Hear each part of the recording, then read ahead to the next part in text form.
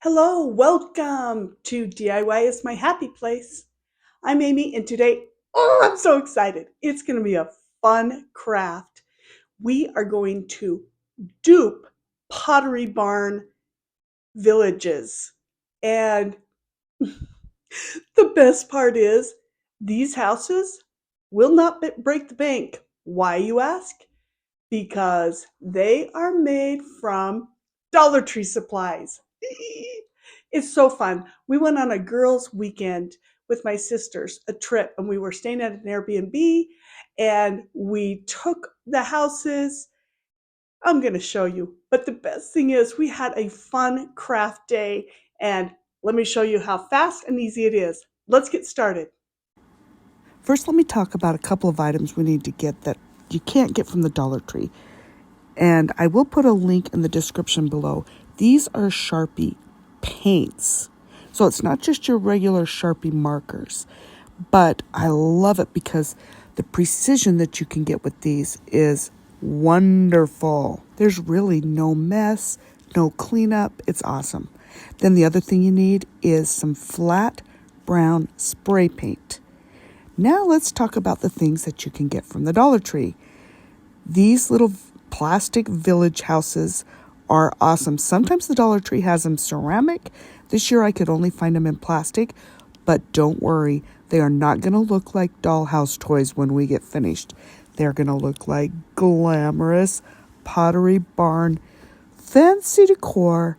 While I was at the Dollar Tree, I even picked up a couple of these little trucks. I didn't know for sure if we would use them, but they might be one of my favorite things. The best thing is these Dollar Tree houses, they have lights already in them.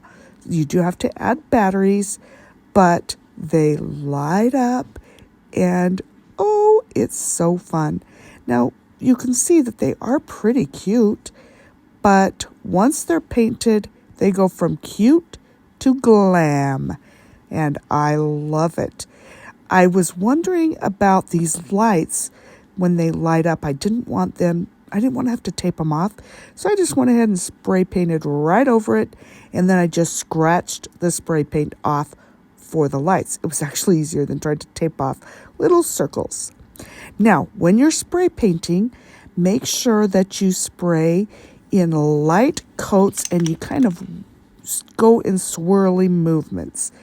And you want to do 3 coats. The most important thing is make sure it's well ventilated.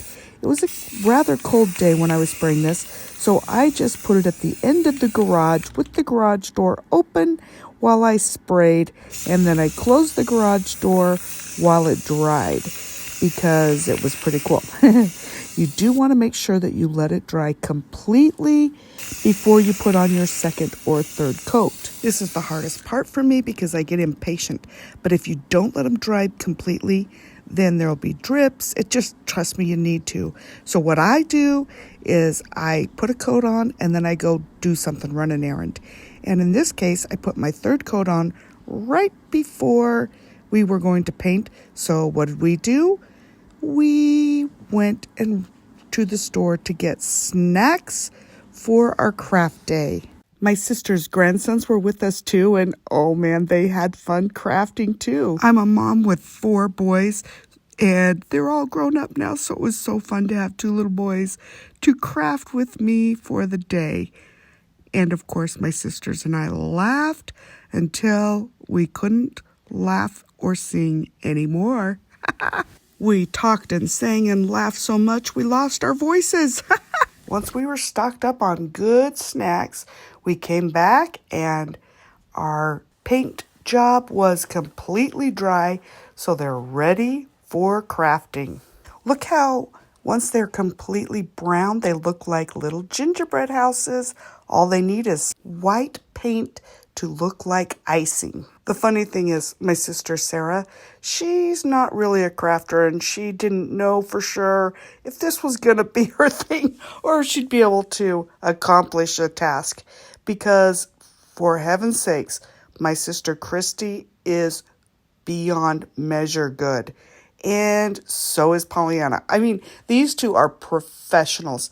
I have a DIY channel, but I get a lot of my inspiration from these two professionals.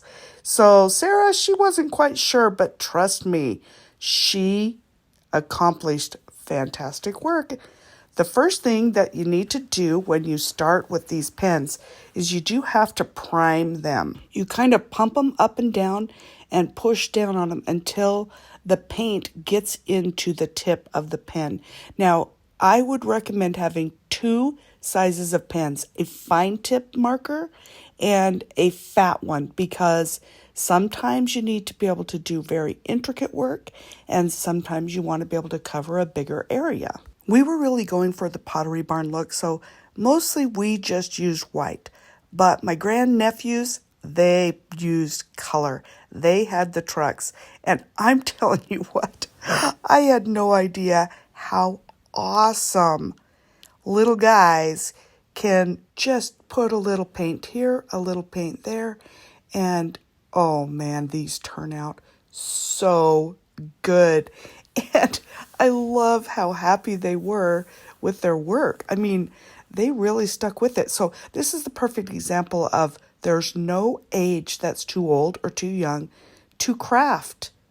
Now, Pollyanna, she really gets in there and gets the most beautiful, fine work. And so does Christy. The detail in her work is just perfection. And I love doing things like this together because we had the radio going and lots of fun. My niece Hannah even stopped by and she did a house with a lot of color on hers. There really is no wrong way. And Sarah, she was getting surprised that, hey, even she was accomplishing the task of creating fun gingerbread houses. Now, here's an example of why in some areas you want to have a wider tip marker so that you can do a thicker string along the bottom. And as you can see, there is a lot of detail that you can put in. You can really make it look like snow or whatever. Now, my little guy, oh my word, isn't he darling? And look at the detail he did. He did different colors with the tires and the windows, and I think this might be my favorite thing of the day. And look at all the paint that he got on his hands. But I will say this, it washed off with soap and water, no problem. So no worries there. But the best part is there's not paint getting spilled all over like you would with a paintbrush. Possibly. And really, it was just so much fun. We were just having the time of our life. And sometimes the little guys would get distracted and go do other things, and that was just fine. Look, who doesn't want to have this be your craft day activity? Oh yeah, Sarah, she was the fastest and the first one done. You gotta love it. There's something for everyone. Why not make some dupe Pottery Barn houses and have a little bit of fun? I say, this little guy, he got a little tired of it after a while and he went to watch a movie. But look at what they look like when they're lit up and finished. Really, everybody has their own style and their own take on it. And there's no wrong way to paint a gingerbread house. That's the way I look at it. Now, once they're done, we each took ours home. We'll stage them how we want. Maybe on a dining room table, maybe over a mantle. Anything goes. And look, even making them with color is really fun and cute, creative and perfect. And see, scraping off the paint on the lights worked just fine. What do you think? Is this something you would do? Comment below and let me know your thoughts. What kind of craft day group do you think would enjoy doing some fun Pottery Barn dupes? I can't believe it. And the other thing is, once you have them staged and it's nighttime, they look completely different too. Look at the detail that Christy did on hers. She did every little part. And for some of the rest of us, we just did a few little stripes here or there. And I'm telling you, there just really is no wrong way. Like, it's kind of like the old Reese's thing. There's no wrong way to eat a Reese's. I love it. It's so much fun. And to find joy in the, not only in the end result, but joy in the process of creating and making. And once it's dark, whoo, look how different they look.